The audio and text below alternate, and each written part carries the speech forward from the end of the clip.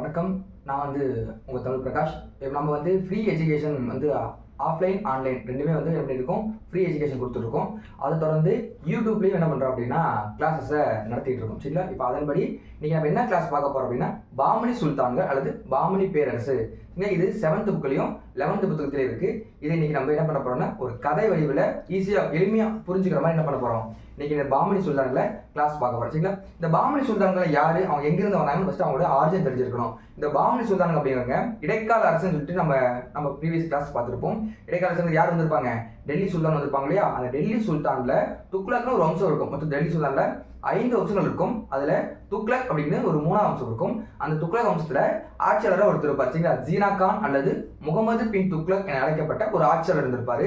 இந்த ஆட்சியாளர் என்ன பண்ணுவார் அப்படின்னா, அந்த முகமது பின் துக்ளக் சொல்லிட்டு இருக்கேன், அவர் என்ன பண்ணுவாங்க அப்படின்னா அவருடைய தலைநகரத்தை டெல்லியிலிருந்து நிர்வாக வசதிக்காக தேவகிரி அப்படிங்கிற தௌலதாபாத், அதாவது வட இந்தியாவிலிருந்து தக்கான பகுதிக்கு என்ன பண்றாங்க, அவருடைய தலைநகரத்தை சேஞ்ச் பண்றாங்க. இப்போ அவர் சேஞ்ச் பண்ணி இங்க தக்கான பகுதிக்கு வந்தாச்சு. அதாவது தேவகிரி பகுதிக்கு அவர் என்ன பண்றாரு, ரூல் பண்றதுக்கு ரூரலா வந்துட்டாங்க. இவர் ரூல் பண்ற சமயத்துல அந்த இடம் இப்போ புதுசா வந்திருக்கும் இல்லையா, அந்த தக்கான பகுதி, அது அவருக்கு அவர் நினைச்ச அளவுக்கு அவருக்கு கை கொடுக்கல. அவர் நினைச்ச அளவுக்கு என்ன பண்ண முடியல, அவரால் நிர்வாக வசதியை மேற்கொள்ள முடியல. ஸோ இதன் காரணமா அவர் என்ன பண்றாரு அப்படின்னா திரும்பவும் என்ன பண்றாங்க அப்படின்னா அங்கே தேவகிரியிலிருந்து தலைநகரத்தை டெல்லிக்கே மாற்றி அவர் கொண்டு போயிடுறாரு. முகமது பின் துக்ளக், டெல்லி சுல்தான் சேர்ந்த துக்ளக் வம்சத்தை சேர்ந்த 3வது அரசரான துக்ளக் அரசர் முகமது பின் துக்ளக் என்பவர் என்ன பண்றாரு, தலைநகரத்தை டெல்லியிலிருந்து தேவகிரிக்கு மாத்துறாங்க. அகைன் மறுபடியும் என்ன பண்றாங்க, தேவகிரியிலிருந்து டெல்லிக்கு மாற்றி கொண்டு போறாங்க. அங்கிருந்து இங்க ஒரு முறையும் இங்கிருந்து அங்க ஒரு முறையும் என்ன பண்றாங்க அப்படின்னா தலைநகரத்தை மாற்றி கொண்டு போயிட்டு இருக்காங்க. இவருடைய காலகட்டத்தை பார்க்குறப்போ இவர் நிறைய திட்டங்களை கொண்டு வராரு. விவசாயிகளுக்கு கடனை கொடுக்குறாரு. பட் அவர் கொடுக்குற காலம் பார்த்தீங்கன்னா பஞ்ச காலமா இருக்கு. ஸோ அது மாதிரி விவசாயத்துக்கு நிறைய சலுகைகளை பண்றாரு. அது எதுவுமே அந்த சமயத்தில் விவசாயிகளுக்கு என்ன பண்ணல, சரியா அமையல. சரிங்களா? இதை எதிர்த்து விவசாயிகள் கேள்வி கேட்கறாங்க அப்படின்னா அந்த விவசாயிகள் என்ன பண்றாங்கன்னா அவங்களை சிறைப்பிடிக்கிறது, இல்லை கடுமையான தண்டனை கொடுக்கறது, இந்த மாதிரியான ரூல் பண்ணிட்டு இருக்கிறதா முகமது பின் துக்ளக். ஸோ அவர் என்ன பண்றாரு அப்படின்னா ரூல் பார்ட்டியில கொஞ்சம் அந்த நிர்வாகத்துல அவர் என்ன பண்றாரு, தவற விடுறாரு. ஸோ அவருடைய காலம் சரியாக நிர்வாகம் இல்லாத காலத்துல அவருக்கு கீழே மற்ற பகுதி ஆட்சியாளர் இருப்பாங்க இல்லையா. இப்போ முகமது பின் துக்ளக் அப்படின்னு சொல்றவர் ஒரு பேரரசர். ஆனா அவருக்கு கீழே அரசர்கள் இருப்பாங்க இல்லையா. இப்ப அந்த அரசர்கள் நிறைய அரசர்கள் இருக்காங்க. அதுல ஒரு அரசர்கள் தான் நான் சொல்ல போறேன் இந்த பாமனி பேரரசு. சரிங்களா? ஸோ இந்த பாமனி பேரரசு எப்படி சார் வந்துச்சு அப்படின்னு பாத்தீங்க அப்படின்னா, இந்த முகமது பின் துக்ளக் அவருக்கு கீழே ஆட்சி பண்ணிட்டு இருக்கிற ஒரு ஆளுமைக்குள்ள பகுதி தான் இந்த பாமனி சுல்தான் என்ன பண்றாங்க, ஆட்சி பண்ணிட்டு இருக்காங்க. இவங்க மட்டும் ஆட்சி பண்ணல, இவங்க மாதிரி நிறைய சுல்தான்கள் சின்ன சின்ன பகுதி ஆட்சி பண்ற சிற்று அரசர்கள் என்ன பண்றாங்க, ஆட்சி பண்ணிட்டு இருக்காங்க. அதுல நம்ம எக்ஸாம் ஏரியால முக்கியமா 2 அரசுகள் கொடுத்துருப்பாங்க. ஒன்று விஜயநகர பேரரசு, நம்ம படிச்சிருப்போம் இல்லையா, தென்னிந்தியாவில் இருக்க விஜயநகர பேரரசு, ஹரிஹரன் மற்றும் புக்கர் ஓபன் பண்ணிருப்பாங்க இல்லையா, அந்த விஜயநகர பேரரசு. அது கூடவே பேரலரா இந்த அம்சம் வந்திருக்கும். சரிங்களா? பாமனி சுல்தான்கள் அல்லது பாமனி பேரரசு என அழைக்கக்கூடிய ஒரு அரசு யாருக்கு இருந்திருக்கு நம்ம பார்த்தோம், முகமது பின் துக்ளக் கிட்ட இந்த அரசு இருந்ததா வரலாறு உண்டு. சரி, இப்போ இவங்களுடைய பேக்ரவுண்ட் பார்த்துட்டோம், இவங்களுக்கு பின்னாடியான காலங்களை பார்த்துட்டோம். ஃபர்ஸ்ட் இவங்க யாருன்னு சொல்லி பார்க்க போறோம். சரிங்களா? முகமது பின் துக்ளக் கிட்ட அவங்களுக்கு கீழே இருந்த ஒரு சிற்று அரசர்ல முக்கியமான அரசு இந்த பாமனி அரசு. இந்த பாமனி அரசு நிறுவனர் யாருன்னு சொல்லி பாத்தீங்க அப்படின்னா அலாவுதீன் அஷன் பாமன் ஷா அல்லது அசன் கங்கு. சரிங்களா? 2 பேர் அவருக்கு, ஒரே பேர் தான், ஒரு நபர் 2 பெயர். ஒன்னு அலாவுதீன் அசன் பாமன் ஷா அல்லது அஷன் கங்கு. சரிங்களா? இந்த நபர் என்ன பண்றாரு அப்படின்னா இப்போ முகமது பின் துக்ளக் டெல்லியில இருந்தார் இல்லையா, அந்த டெல்லியிலிருந்து தேவகிரிக்கு தன்னுடைய தலைநகரத்தை மாத்தி வந்துட்டாரு. திரும்ப என்ன பண்றாரு, தேவகிரியிலிருந்து டெல்லிக்கு தலைநகரத்தை மாத்திட்டு போறாங்க. இந்த சூழ்நிலையில மற்ற சிற்றரசர்கள் என்ன பண்றாங்கன்னா அது முகமது பின் துக்ளக்களை என்ன பண்ண முடியல, சரியா ரூல் பண்ண முடியல. அதனால நம்ம என்ன பண்ணிக்கலாம்னா அவர்கிட்ட இருந்து விலகி வெளியே நம்ம சுதேச அரசு ஒண்ணு புதுசா உருவாக்கலாம் அப்படிங்கிற ஒரு மனநிலைக்கு வராங்க. சரிங்களா? அதுல விஜயநகர பேரரசுல ஹரிஹரன் மற்றும் புக்கர் 2 பேர் என்ன பண்றாங்க அப்படின்னா அந்த அரசு வெளியே வராங்க. அதுக்கு பிறகு வர்றது யாருன்னு கேட்டீங்கன்னா இந்த பாமனி பேரரசு. இது வரைக்கும் உங்களுக்கு புரிஞ்சிருக்கு நம்புறேன். இப்போ இந்த பாமனி பேரரசுக்குள்ள போலாம். இந்த பாமனி பேரரசு 1347வது வருஷம் அலாவுதீன் அஷன் பாமன் ஷா என்பவரால் உருவாக்கப்பட்டது. இந்த பாமனி பேரரசுக்குள்ள பார்த்தீங்க அப்படின்னா கிட்டத்தட்ட 18 அரசுகள் அல்லது 18 அரசர்கள் காணப்படுறாங்க. எத்தனை ஆண்டு காலம் இவங்க வந்து ஆட்சி பண்ணாங்க பாத்தீங்க அப்படின்னா 180 ஆண்டு காலம். அதாவது 18 அரசர்கள் 180 ஆண்டு காலம் என்ன பண்ணிருக்காங்க, இந்த பாமனி சுல்தான்கள் அந்த தக்கான பகுதியை ஆட்சி பண்றதா ஒரு வரலாறு உண்டு. சரிங்களா, இதான் பாமனி சுல்தானோட பின்னாடி இருக்க அந்த பேக்ரவுண்ட் டேட்டாஸ். இப்ப நம்ம பாமனி சுல்தான்ல 18 அரசர்களையும் நம்ம பார்க்கணுமான்னு கேட்டா இல்ல. நம்ம பாமனி சுல்தானை பொறுத்த வரைக்கும் புத்தகத்துல ஒரு 4 to 5 நபர்கள் தான் நம்ம இருக்காங்க. நம்ம ஸ்கூல் புத்தகத்துல தெளிவா கொடுத்துருக்காங்க. எக்ஸாம் ஏரியாவும் அவங்களா தான் நம்ம இருக்காங்க. சரிங்களா, இன்னைக்கு நம்ம என்ன பண்ண போறோம்னா பாமனி சுல்தானை பத்தி தெரிஞ்சுக்க போறோம். இப்போ அலாவுதீன் ஹசன் பாமன் ஷா என்ன பண்றாங்க, முகமது பின் துக்ளக் இருந்து 1347 வருஷம் தனியா பிரிஞ்சு வந்து தேவகிரி பகுதியை தன்னுடைய தலைநகராக அறிவிச்சு. ஏன் இவர் தேவகிரியை வந்து தலைநகராக அறிவிக்கிறார் அப்படின்னா நல்லா புரிஞ்சுக்கணும். இந்த அலாவுதீன் பாமன் ஷா இருக்காரு இல்லையா, அலாவுதீன் ஹசன் பாமன் ஷா, இவரு புதுசா ஒரு தலைநகரை கட்டுறதுக்கு டைம் ஆகும். புதுசா ஒரு தலைநகரம் கட்டுறதுக்கு கண்டிப்பா டைம் எடுத்துக்கும் இல்லையா. அதே தலைநகரத்தை இவர் விட்டுட்டு போயிட்டார். யாரு, முகமது பின் துக்ளக் டெல்லியில இருந்து வந்து தேவகிரி கொஞ்சம் ரூல் பண்றாரு. அவர் ரூல் பண்றப்ப என்ன பண்ணிருக்கணும், கண்டிப்பா அங்க நிர்வாக வசதிக்காக ஒரு தலைநகரத்தை கட்டியிருக்கணும், கட்டமைச்சிருக்கணும் இல்லையா. இப்ப திரும்பி போறப்போ அவரு போயிருப்பாரு, அவருடைய மக்களா போயிருப்பாங்க இல்லையா.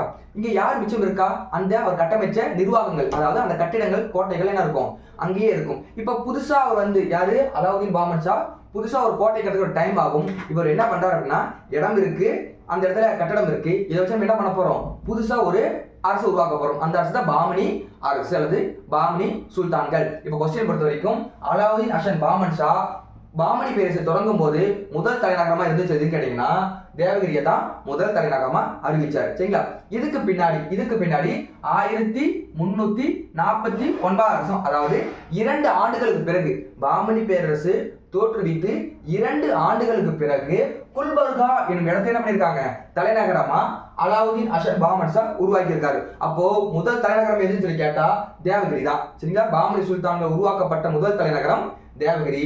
பின்னாடி காலத்துல 2 ஆண்டுகளுக்கு பிறகு 1349 வருஷம் தலைநகரம் எதுன்னு பாத்தீங்கன்னா குல்பர்காவுக்கு தலைநகரத்தை மாத்தினாங்க. சரிங்களா, பின்னாடி மறுபடியும் இன்னும் அரசர்கள் வராங்க இல்லையா, அப்புறம் பார்த்தீங்கன்னா 18 அரசர்கள். அதுல பின்னாடி வந்த அரசர் என்ன பண்ணுவார் அப்படின்னா குல்பர்காவிலிருந்து பீடாருக்கு மாத்துவார். சரிங்களா, அப்போ மொத்தம் 3 தலைநகரங்கள். முதல் தலைநகரம் தேவகிரி, அதுக்கப்புறம் 2வது மாற்றப்பட்டது குல்பர்கா, கடைசியா இருக்க தலைநகரம் எதுன்னு சொல்லி கேட்டாங்க அப்படின்னா இந்த பீடாரை மாத்துறதுக்கு ஒரு வரலாறு உண்டு. அதை நான் பின்னாடி இந்த வகுப்புலயே உங்களுக்கு நான் சொல்றேன்.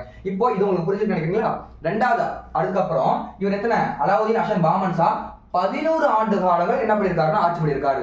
11 ஆண்டு காலங்கள் ஆட்சி பண்ணியிருக்காரு. சரிங்களா, அதாவது 1347 இருந்து 1358 வரைக்கும் அந்த 58 அதாவது 11 ஆண்டுகள் தொடர்ச்சியா அலாவுதீன் ஹசன் பாமன் ஷா ஆட்சி பண்ணியிருக்காரு. இவர் ஆட்சி பண்றப்போ எக்ஸாம்பிளுக்கு இதுதான் வந்து அந்த பாமனி சுல்தான் தேவகிரின்னு வச்சுக்கலேன். இந்த பாமனி சுல்தானை 4ஆ பிரிக்கிறாரு. பாமனி சுல்தான் என்ன பிரிக்கிறாரு, 4ஆ பிரிக்கிறாரு. இதை மைய பகுதியில அரசரும் மற்ற பகுதியில் இருக்கு இல்லையா, இந்த மற்ற பகுதிகளை ஒவ்வொரு பகுதிக்கும் ஒவ்வொரு ஆளுநர் போட்டு என்ன பண்றாரு, ஆட்சி பண்றாரு. அப்போ பாமனி பேரரசு அலாவுதீன் ஹசன் பாமன் ஷா எத்தனையாக பிரித்தாருன்னு கேட்டா 4ஆக பிரித்தார். ஒவ்வொரு பகுதிக்கும் ஒவ்வொரு ஆளுநர் நியமித்து என்ன பண்ணிருக்காங்க, ரூல் பண்ணியிருக்காங்க. இப்போ இந்த 4 பகுதி இருக்கு இல்லையா, அதை அவர் பிரிச்சு ரூல் பண்ணா இல்லையா, அதுக்கு அவர் பேர் வச்சிருக்காரு தாராப் என்று ஆட்சி முறை. பாமனி பேரரசு எப்படி ஆட்சி பண்ண கேட்டா 4ஆக பிரித்து, அந்த 4ஆக பிரிச்சதுக்கு என்ன பேர் வச்சிருக்காங்க, தாராப் அப்படின்னு பேர் வச்சு என்ன பண்ணிருக்காங்க, பாமனி சுல்தான்கள் ஆட்சி பண்ணிருக்காங்க. சரிங்களா, பின்னாடி இவரு நிறைய இடத்தை வெற்றி பெற்றிருக்காரு. நிறைய போர் பண்றாங்க, போர் மூலியமா வெற்றி பெறாங்க இல்லையா.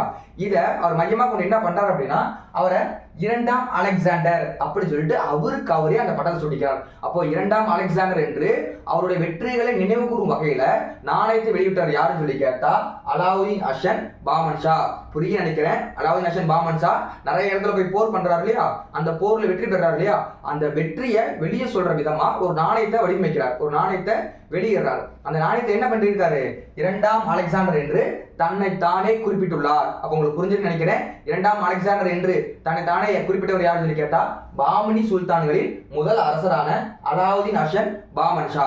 சரிங்களா, அப்படி ரூல் பண்ணிட்டு இருக்காரு. சரிங்களா, ரூல் பண்ணதுக்கு பின்னாடி இவர் இறந்து போயிறாரு. 1358 வருஷம் அவர் இறந்து போயிறாரு.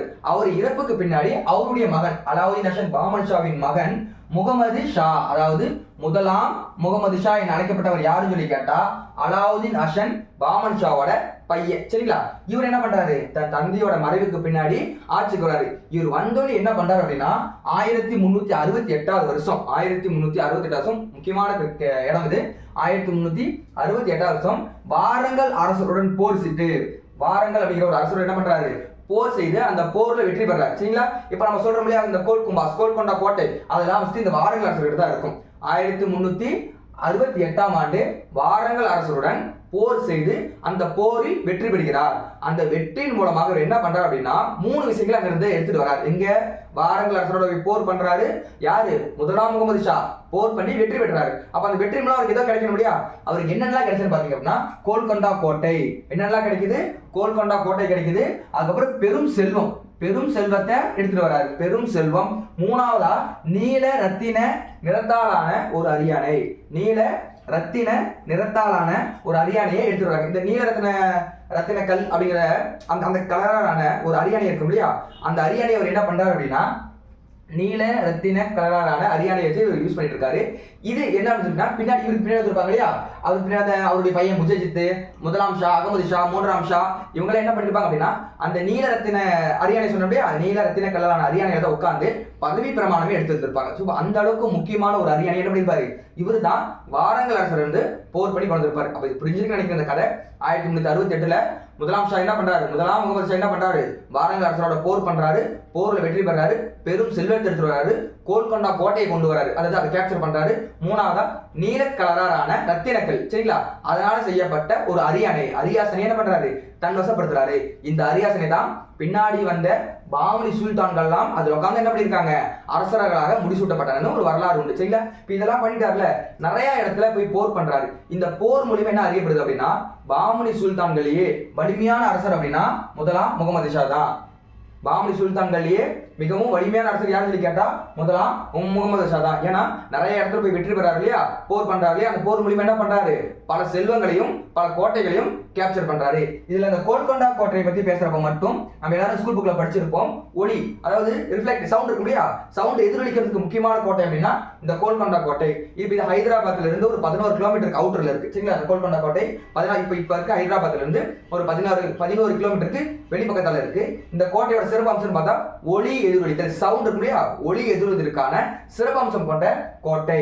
இந்த கோட்டையோட உயர்ந்த பகுதி அப்படின்னு கேட்டா பால இசார். கோல்கொண்டா கோட்டையின் உயர்ந்த பகுதி பால இசார். சரிங்களா? பால இசார் எதுடைய உயர்ந்த பகுதியில் கேட்டா கோல்கொண்டா கோட்டையின் உயர்ந்த பகுதி. கோல்கொண்டா கோட்டையை கைப்பற்றது யாருன்னு சொல்லி கேட்டா பாமனி சுல்தான்களை சேர்ந்த முதலாம் முகமது ஷா வாரங்கள் அரசருடன் 1368 போரிட்டு வெற்றி பெற்றார். இது வரைக்கும் நமக்கு புரிஞ்சிருக்கும் இல்லையா?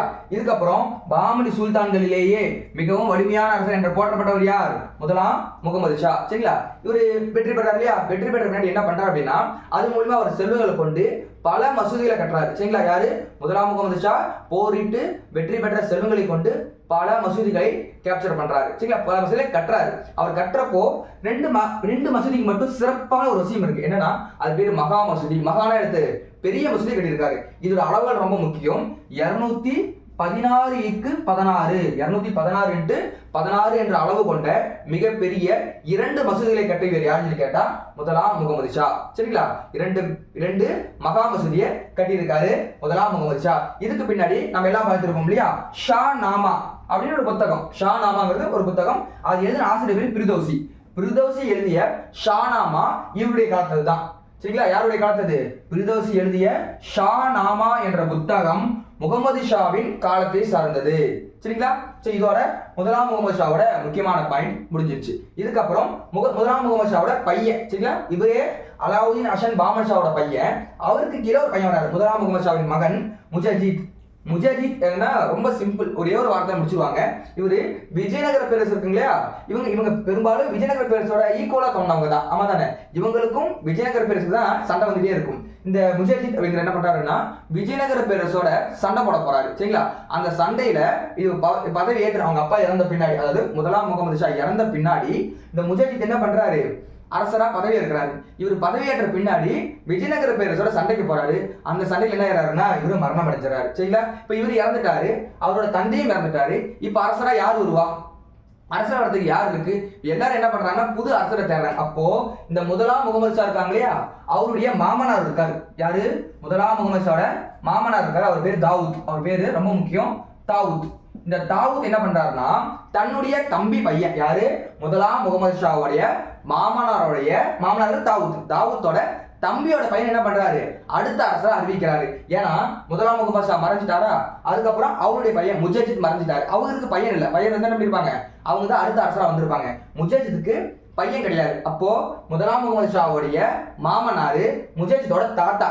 இந்த முதலாம் முகமது ஷாவோட மாமனார் என்ன பண்றாரு, தாவூத், அவருடைய தம்பியோட பையன் என்ன பண்றாரு அப்படின்னா அரசரா அறிவிக்கிறார். சரிங்களா, அவருடைய தம்பியோட பையன் என்ன பண்றாரு, அரசரா அறிவிக்கிறாரு. அவர் என்ன பேர்ல அரசர் ஏறாருன்னா 1378 1378 இரண்டாம் முகமது ஷா என்ற பெயரில் அரியணை ஏறுகிறார். இந்த இரண்டாம் முகமது ஷா யாரு, முதலாம் முகமது ஷாவுடைய மாமனார் தாவூத்தோடைய தம்பியோடைய பையன். சரிங்களா, அவர் என்ன பண்றாரு, முஜாஜி இறந்தது பின்னாடி 1378 அவருக்கு வேற ஒரு பெயர், ஆனா அரியணை ஏறப்ப என்ன பேர்ல ஏறாரு, இரண்டாம் முகமது ஷா என்ற பெயரில் அரியணை ஏறினார். இவர் அரியணை ஏறின என்ன பண்றாரு அப்படின்னா, இவருடைய அந்த கோட்டை இருக்கும் இல்லையா, இவருடைய அந்த முக்கியமான பகுதிகள் இருக்கும் இல்லையா, அந்த கோட்டைகளையும் முக்கியமான பகுதிகளையும் பெருசா போர் பண்ணல. போருக்கு என்ன பண்ணல, இவர் நாட்டம் காட்டல. இன்னொரு இடத்துல போய் சண்டை போடணும், கேப்சர் பண்ணணும், அந்த மாதிரி இடத்த எதுவுமே என்ன பண்ணல, இவர் நாட்டம் காட்டல. அதுக்கு பதில் என்ன பண்றாருன்னா அமைதியான முறையில் தன்னுடைய அரசவையை நடத்தினார். யாரு, இரண்டாம் முகமது ஷா அமைதியான முறையில் அரசவை நடத்தினார்.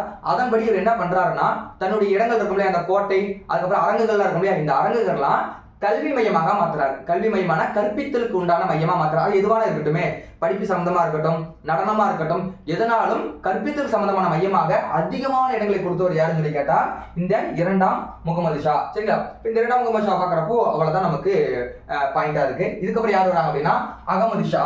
இதுக்கப்புறம் யார் வராங்க, அகமது ஷா. இந்த அகமது ஷா என்ன பண்றாரு அப்படின்னா, நான் ஃபர்ஸ்ட்லயே உங்களுக்கு ஒரு வார்த்தை சொல்லியிருப்பேன், தலைநகரத்தை தேவகிரியிலிருந்து குல்பாகருக்கு மாத்தினது யாருன்னு சொல்லி கேட்டா அலாவுதீன் அஷன் பாமன் ஷா. சரிங்களா, 1347 இருந்து தேவகிரி இருந்திருக்கும், 49 குல்பகா இருந்திருக்கும். இதை நம்ம பார்த்தோம் இல்லையா.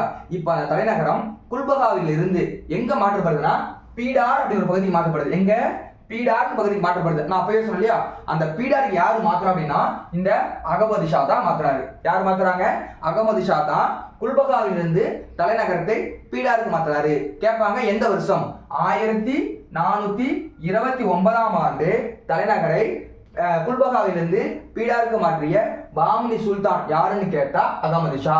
சரிங்களா, இந்த அகமது ஷா என்ன பண்றாரு, தலைநகரத்தை மாத்திட்டாங்க. ஸோ இதுக்கப்புறம் 3 அரசர்கள் வராங்க. ஸோ அவங்க எல்லாம் வந்து வரலாறு பேசக்கூடிய அளவுக்கு எதுவும் பண்ணல. சரிங்களா, இதுக்கப்புறம் யார் வராங்கன்னா 3வது முகமது ஷா. ரொம்ப முக்கியம், எக்ஸாம் ஏரியால இவர் கிடையாது, இவருக்கு இருந்த பகர ஆளுநர் நமக்கு ரொம்ப முக்கியம். 3வது முகமது ஷா. இந்த 3ஆம் முகமது ஷாங்கிறது ஒரு சின்ன ஸ்டோரி. சரிங்களா, இந்த 3ஆம் முகமது ஷாங்கிறது ஒரு சின்ன பையன், ஒரு 12-13 வயது கொண்ட ஒரு ஒரு பாலகன், ஒரு சிறுவன். சரிங்களா, அந்த சிறுவனால ஆட்சி பண்ண முடியுமான்னு சொல்லி கேட்டா கண்டிப்பா பண்ண முடியாது இல்லையா. அப்ப என்ன பண்றாங்கன்னா இந்த 3ஆம் முகமது ஷாவுக்கு ஒரு ஆளுநர் ஒருத்தர் போறாங்க. ஆளுநர்னா என்ன பாத்தீங்கன்னா ஒரு பகர ஆளுநர் சொல்லிருப்பாங்க, அவருக்கு பதில இன்னொருத்தர் ஆட்சி பண்ணிருப்பாரு இல்லையா. அந்த மாதிரி ஒரு பகர ஆளுநர் போறாரு. நமக்கு அவரு தான் எக்ஸாம் இல்லையா. அது யாருன்னு பாத்தீங்கன்னா முகமது கவான். நம்ம அடிக்கடி எக்ஸாம்பிள் கேள்விப்பட்டுட்டே இருக்கோம். இந்த முகமது கவான் அவரை பத்தி மட்டும் தெளிவா பார்ப்போம். அதுக்கப்புறம் இந்த 3ஆம் முகமது பத்தி பார்ப்போம். இந்த முகமது கவான் யார்கிட்ட வேலை செய்யறாருன்னு கேட்டா 3ஆம் முகமது ஷா கிட்ட என்ன பண்றாரு, வேலை செஞ்சிட்டு இருக்காரு. இந்த முகமது கவான் பிறப்பால் பாரசீகர், பின்னாடி என்ன பண்ணிருக்காரு, இஸ்லாமத்தை வழிமுறையா ஏற்றுக்கிட்டு என்ன பண்ணிருப்பாரு, 3ஆம் முகமது கிட்ட வேலை செஞ்சுட்டு இருக்காரு. ஒரு பகர ஆளுநர், முக்கியமான அமைச்சரா என்ன பண்றாரு, வேலை செஞ்சுட்டு இருக்காரு. இதுல இந்த முகமது கவான் பிறப்பால் பாரசீகரா இருந்தால் கூட அவருக்கு என்னென்ன தெரியும் அப்படின்னா பாரசீக மொழி, அதுக்கப்புறம் உருது மொழி நல்லா தெளிவா தெரியும். இதுக்கப்புறம் கவிஞர், உரைநடை எழுத்தாளர் அவருக்கு பன்முகம் இருக்கு. யாருக்கு, முகமது கவானுக்கு பாரசீகம் பிறப்பால் இருந்தா கூட பாரசீக மொழி அப்புறமேட்டு உருது மொழியில சிறப்பாக கவிஞையும் உரைநடையும் எழுதக்கூடிய ஆற்றல் கொண்டவர் யாரு கேட்டா முகமது கவான். இன்னும் தெளிவா சொல்ல போனோம்னா இந்த முகமது கவான் தான் இப்ப நம்ம பாக்குறோம் இல்லையா, இந்த பாமணி சுல்தான்கள் அழைக்கப்பட்ட இந்த அரசு இதோடைய முதுகெலும்பா திகழ்ந்திருக்காரு. சோ பின்னாடி ஏன் சொல்றேன், இவர் என்ன பண்றாரு அப்படின்னா இவர் பிறப்பால் பாரசீகம் சொல்லிட்டு இல்லையா, அப்ப இவர் என்ன பண்றாரு, முகமது கவான் பாரசீக நாட்டிலிருந்து அந்த வேதியியல் வல்லுநர்கள், இந்த வெடிமருந்து கண்டுபிடிப்பாங்க இல்லையா, அந்த வேதியியல் வல்லுநர்களை கூட்டு வந்து இந்தியா கூட்டு வர எங்கிருந்து, பாரசீக நாட்டிலிருந்து வேதியியல் வல்லுநர்களை கூட்டு வந்து இந்தியாவில் என்ன பண்றாருன்னா வெடிமருந்து கண்டுபிடிக்கிறார், வெடிமருந்து தயாரிக்கிறார். எதுக்காக தயாரிக்கிறார் அப்படின்னா பெல்காம் அப்படிங்கிற ஒரு இடம் இருக்கும். இந்த பெல்காம் நம்ம இங்க பார்ப்போம். இந்த நவீன இந்தியாவில் 1924 காந்தி INC மாநாடு தலைவராக இருந்திருக்கு இல்லையா, பெல்காம் மாநாடு ஞாபகம் நினைக்கிறேன். 1924 காந்தி எந்த மாநாட்டுக்கு INC தலைவராக இருந்தார்னு கேட்டா பெல்காம் மாநாடு. இது பின்னாடி வரும். இது உங்களுக்கு ரிலேட்டடாக அந்த பேருக்காக சொல்றேன். இந்த பெல்காம் மாநாட்டில் சரி பெல்காமுக்கு யாரு பாரசீக வல்லுநர்கள் கூட்டு வந்து என்ன பண்றாரு, வெடிமருந்து கண்டுபிடிக்கிறாரு. அந்த வெடிமருந்தை விஜயநகர பேரரசுக்கு எதிராக பயன்படுத்தினா ஒரு வரலாறு இருக்கு சரிங்களா.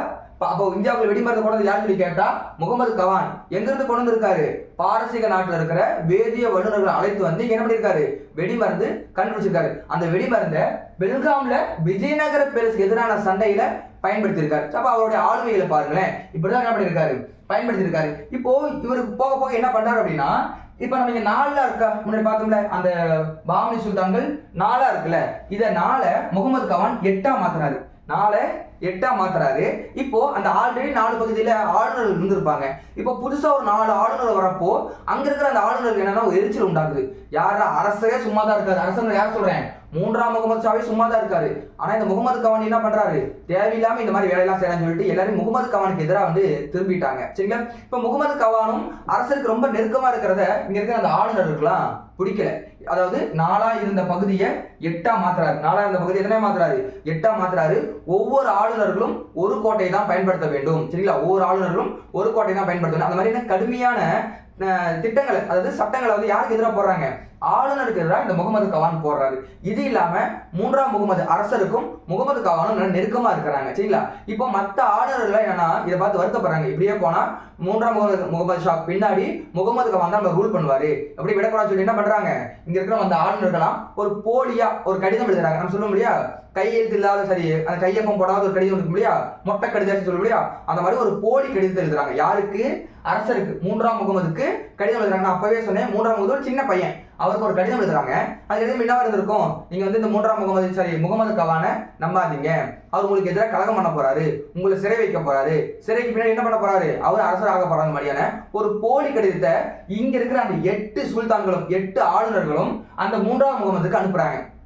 இதை பார்த்தோன்னே 3ஆம் முகமது சின்ன பையன் இல்லையா, அவருக்கு எப்படி வந்து அதை ஹேண்டில் பண்றதுன்னு தெரியல. உடனே என்ன பண்றாரு அப்படின்னா, இங்க இருக்க முகமது கவான் இருக்காரு இல்லையா, முகமது கவானை தூக்கிலிடுறாங்க சரிங்களா. முகமது கவானை தூக்கிலிடுறாங்க. இப்போ உங்களுக்கு எளிமையான கதை புரிஞ்சிருக்கும். இவர் சின்ன பையன், அவருக்கு ஹெல்ப் பண்ணது யாரு, முகமது கவான். இப்போ முகமது கவான் தூக்கிலிட்ட என்ன ஆயிரும், இந்த சின்ன பையனை அசல்ட்டா என்ன பண்ணிடுவாங்க, மடக்கிடுவாங்க இல்லையா. சேம் அதே தான் நடக்குது. 3ஆம் முகமது என்ன பண்றாரு, பதவி ஏற்கப்படுறாரு. சொல்லி கொஞ்ச நாள் போயிட்டே இருக்குங்களா. கொஞ்ச நாள் போனாலையும் கடைசியா ஒரு அரசர் வராரு. கடைசியா வராரு இந்த 3ஆம் முகமதுக்கு பின் சிகாபுதீன் முகமது அப்படின்னு ஒருத்தர் என்ன பண்றாரு, ஆட்சிக்கு வராரு. 3ஆம் முகமது ஷாவுக்கு பின்னாடி ஆட்சிக்கு வர முக்கியமான அரசர் யாருன்னு கேட்டா சிகாபுதீன் முகமது. சிகாபுதீன் முகமதுக்கு அப்புறம் சரிங்களா, சிகாபுதீன் முகமதுக்கு அப்புறம் இந்த இவங்க இருக்காங்களே அந்த 8 ஆளுநர்கள் அவங்க என்ன பண்றாங்க அப்படின்னா, இந்த 8 ஆளுநர்கள் என்ன பண்றாங்க, சிகாபுதீன் முகமதுக்கு அப்புறமா சொல்றேன் சரிங்களா, சிகாபுதீன் மறைஞ்சிட்டாரு. அதுக்கப்புறமா என்ன பண்றாங்க, இந்த 8 ஆளுநர்களும் இந்த பாமனி சுல்தான் ஒன்று கிடையாது, நாங்கெல்லாம் தனித்தனியா பிரிஞ்சு போறோம்னு சொல்லிட்டு இந்த 8 பகுதி சொன்னோம் இல்லையா, இந்த 8 பகுதியை 5ஆக பிரிக்கிறாங்க. இந்த 8 பகுதி எத்தனை பிரிக்கிறாங்க, 5ஆக பிரிக்கிறாங்க. அதாவது முகமது கவான் இறந்த பின்னாடி பாமனி சுல்தான்கள் பலவற்றையாக சிதறியது சரிங்களா. கடைசியா சிகாபுதீன் மறைவுக்கு பின்னாடி இந்த பாமனி சுல்தான் என்று ஒன்று முழுதாக அழிக்கப்பட்டு தக்கான சுல்தான் என்று பெயர் மாற்றம் செய்யப்பட்டது. அந்த 8 பேர் என்னவா மாறிட்டாங்க, 5 டீமா பிரிஞ்சு தனித்தனியா போயிட்டாங்க. நான் இனிமேலும் உங்க கூட சேர்ந்து இருக்க மாட்டேன், நான் என்ன பண்ண போறேன், இண்டிவிஜுவலாக என் பகுதி ரூல் பண்ணிக்க சொல்லிட்டு அந்த 8 பேரு 5ஆ பிரிஞ்சு என்ன பண்றாங்க அப்படின்னா பாமனி சுல்தான் என்ற பெயரை தக்கான சுல்தான் சொல்லி மாத்திட்டாங்க. இப்ப அந்த 5 பேர் யாரும் தெரியணும் இல்லையா, அந்த 5 பேர் பாத்தீங்கன்னா பீடார், பெரார், அகமது நகர், பிஜப்பூர், கோல்கொண்டா. ரொம்ப முக்கியம், தக்கான சுல்தான்கள் அழைக்கப்படுறது யாரு சொல்லி கேட்டா பீடார், பெரார், அகமது நகர், பிஜப்பூர், கோல்கண்டா சரிங்களா. இந்த 5 பேர் என்ன பண்றாங்க அப்படின்னா பாமனி சுல்தான் வந்து பிரிஞ்சு தக்கான சுல்தானா மாத்திட்டாங்க. ஸோ இப்போ இவங்க 5 பேர் என்ன பண்ணாங்க அப்படின்னா 1565 தலைக்கோட்டை போயிடு இருக்கு இல்லையா, 1565 தலைக்கோட்டை போயிடு அல்லது ரஷ்ட சங்கடி போர் அழைக்கப்பட்ட முக்கியமான போர் எதுனா விஜயநகர பேரரசு இருக்கும் இல்லையா, விஜயநகர பேரரசுக்கு எதிராக இவங்க தான் போர் பண்ணியிருப்பாங்க. யாரு, பீடார், பெரார், அகமது நகர், பிஜப்பூர், கோல்கொண்டா இந்த 5 சுல்தான்களும் சேர்ந்து என்ன பண்றாங்க, விஜயநகர அரசுக்கு எதிராக போர் பண்றாங்க. 1565 வருஷம் அந்த போர் நடக்குது. அந்த போரோட பேர் தலைக்கோட்டை போர் அல்லது ரக்ஷ சங்கடி போர் என்று அழைக்கப்படும்.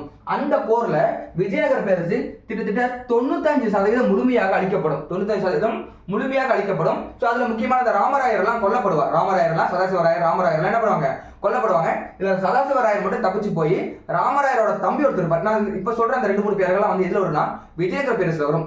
விஜயநகர பேரரசுல துளுவ வம்சம் இருக்கு இல்லையா, சங்க, சாளுவ, துளுவன் 4 வம்சம் இல்லையா, அதுல துளுவ வம்சத்துல முக்கியமான அரசனா ராமராயர் என்ன பண்ணுவாங்கன்னா கொன்றுவாங்க.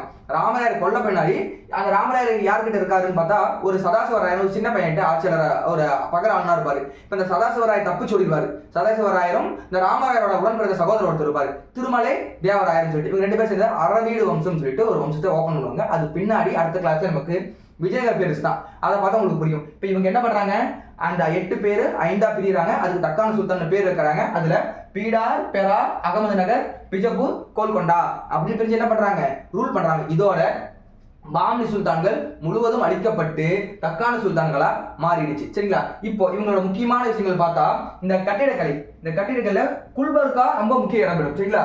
பாமனி சுல்தான்கள் கட்டிடக்கலையில இந்த குல்பர்கா முக்கிய இடம்பெறும். இந்த திரும்ப திரும்ப இந்த டிஎன்யூஎஸ்ஆர்பி எஸ்ஐபிசி ஒரு கொஸ்டின் பார்த்துட்டே இருக்கும். சரிங்களா? அதாவது பீடாரில் அமைந்துள்ள 3000 கையெழுத்து பிரதிகள் கொண்ட சரிங்களா மதராசாவை உருவாக்கியவர் யாருன்னு சொல்லி கேட்டா முகமது கவான்.